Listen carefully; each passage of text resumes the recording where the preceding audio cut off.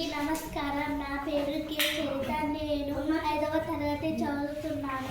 నేను ఇప్పుడు మీకు జలచక్రం గురించి వివరిస్తాను. సాధారణంగా కొలనులు, చెరువులు, నదులు, సముద్రాలలోని నీరు బాష్పీభవనం చెందుతుంది.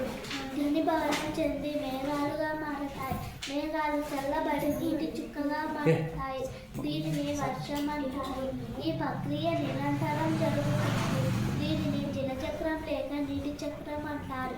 నీటిలో చెత్త చెదారం వేసి కలుషితం చేయవద్దు. నీరు లేనిదే మనం లేము.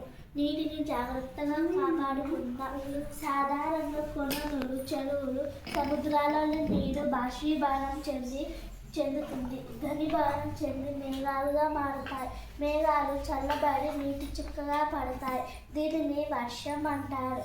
ఈ ప్రక్రియ నిరంతరం జరుగుతుంది. దీనిని జలచక్రం లేక నీటి చక్రం అంటారు. నీటిలో చెత్త చెదారం వేసి కలుషితం చేయవద్దు. నీరు లేనిదే మనం లేము. నీటిని జాగ్రత్తగా కాపాడుకుందాం. Thank you.